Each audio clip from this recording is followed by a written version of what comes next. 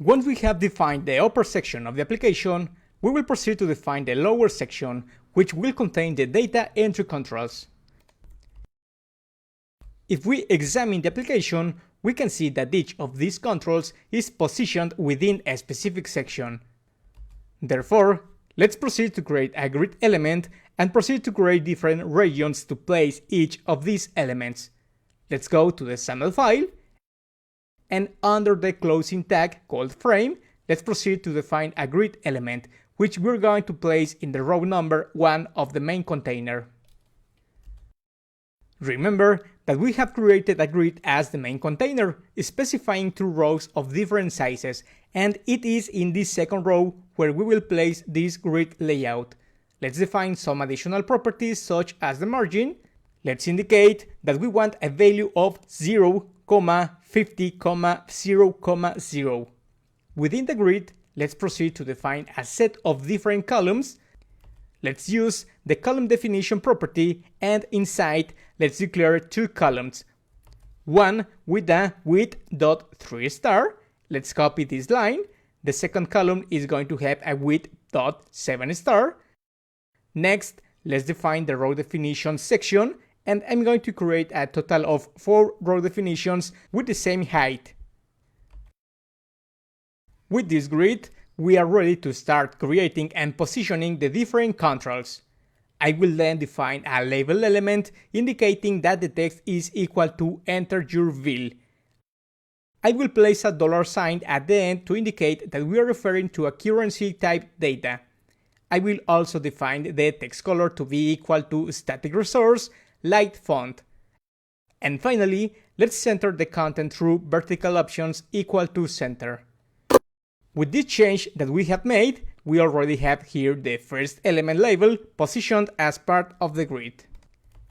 The second element that we're going to create is an entry element to enter the total of the account. Let's give it a name to use the control later, so let's call it txt bill. Let's indicate that we want to position the control in column 1. We specify a background color that is equal to static resource sections color. I'm also going to indicate that I want a numeric keypad to prevent the user from entering wrong information. The text will be equal to $0. Remember that the currency symbol is already specified in the label control. Let's modify also the properties text color equal to static resource light font. And finally, vertical options equal to center. Let's close the label. Once the application has been deployed, we can see the label control and the entry control, where we can enter the total of the account. Let's define the next section, which is the tip section. And for this, we declare a label element. Let's place it in row number 1. We indicate a text equal to choose tip. Let's assign a text color equal to static resource light font. And finally, vertical options equal to center. Once again, we see the preview of the application and we can already see this text. Now, in the image of the application, you can see that we have 3 buttons that suggest a percentage for the tip. How can we define this set of controls? Well, surely you have already noticed that we are stacking the elements horizontally. Therefore, we could use a horizontal stack layout element for the definition of these buttons. And that's what we're going to do after the label element. Let's define a horizontal stack layout element, positioning it in row number 1 and column number 1. Let's also specify a height request equal to 70, horizontal options equal to center and expand, and a spacing between each of the elements of 10 units. Inside the horizontal stack layout, let's define the buttons. Let's indicate that the first button shows in the text 10% as a tip suggestion. Let's assign a width for the button equal to 70 units. I will copy this button a couple of times and I will only change the text to 50% and 20% respectively. In this way, we have already defined the tip percentage suggestion section. The next step is to create the slider to select a custom percentage. Let's go back to the XAML file, and under the horizontal stack layout, let's define a label element. I'm going to name it LVL tip. Let's position the control in row number 2. Let's indicate a text equal to tip: 0%. Let's assign a text color equal to static resource light font. Its vertical options equal to center. And let's proceed to also create the slider control to be able to select a custom value. Let's put a name equal to SLD tip and position it in the row number 2 and in the column number 1. Also, let's define a maximum value so that it can only be selected up to 50% and a minimum of 0. Once the application has been executed, we already have the preview of how the different controls that we have indicated are going to be seen.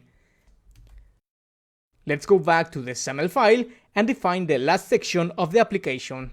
Let's indicate that we want to create a label element in row number 3. Let's indicate that we want a text equal to split the total, to indicate that we must select a set of people between which we are going to carry out the repartition. Let's assign a text color equal to static resource light font, and finally vertical options equal to center. And with this, we have this last text. If we return to the image of the application, we see a stepper control that we had not seen before. I had shown you a similar one, but it is nothing like the one we are seeing in the image. The truth is that this is not a control downloaded from a NuGet package, but it is a control that I have created from 2 buttons and a label element. So, if some control does not convince you in terms of visual appearance, for example, or you need some additional functionality, you can group different controls to create your own controls. Later, we will see how we can customize existing controls, but for the moment, let's create this design from the creation of 3 controls. Let's proceed back to the XAML file. And once again, since the elements are stacked horizontally, we're going to use a horizontal stack layout. Let's indicate that we want to position this element in row number 3 and column number 1. We are also going to indicate that we want horizontal options equal to center and its vertical options equal to center. Once we have the layout, we're going to stack a button type element to which we will give a name btn-. Let's indicate that we want a text equal to the minus symbol. And let's assign a width request equal to 70 units so that it has a specific width. Next, we're going to create the label element, which will show us the number of people among which we divide the account. Let's put a name, for example, LVL no persons. Let's indicate that we want a margin equal to -5, 0, -5, 0. Let's assign a background color equal to static resource section color. We also specify a font size equal to 25, a height request equal to 50, horizontal options equal to center, horizontal text alignment equal to center. Let's specify the initial text to be equal to 1. Let's set the text color to be equal to static resource light font. We also specify its vertical options equal to center, its vertical text alignment equal to center, and finally a width request equal to 100. Finally, we're going to create the last button that is needed. Let's indicate that we want a name for this button equal to btn plus. Let's specify a width equal to 70 to match the width of the first button. Once we have applied the changes, let's start the application to see how it looks.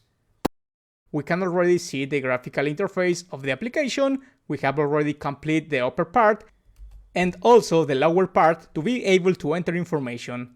The next step is to perform the calculations to display the information in the upper part.